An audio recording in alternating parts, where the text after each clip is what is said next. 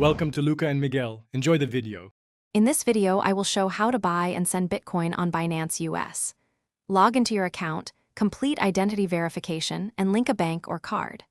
Fund your USD wallet, choose BTC market or limit order, confirm the trade and review fees. To send Bitcoin, open withdrawals, paste recipient address, choose network carefully, set amount, and confirm with 2FA for security and speed. Start by funding your Binance US account so you can buy Bitcoin. Link a bank for ACH transfers to save on fees and increase daily limits, or add a debit card for instant purchases when timing matters. Watch for pending microdeposits to verify your bank and verify your card if required.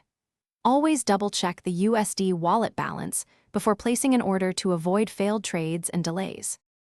If you're finding this helpful, please like and subscribe to support more clear crypto guides.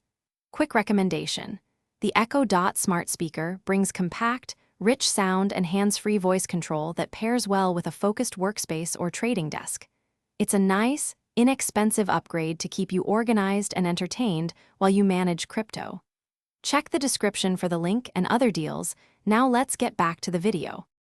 Place your Bitcoin buy order once funded, selecting market for instant fills or limit if you want a target price.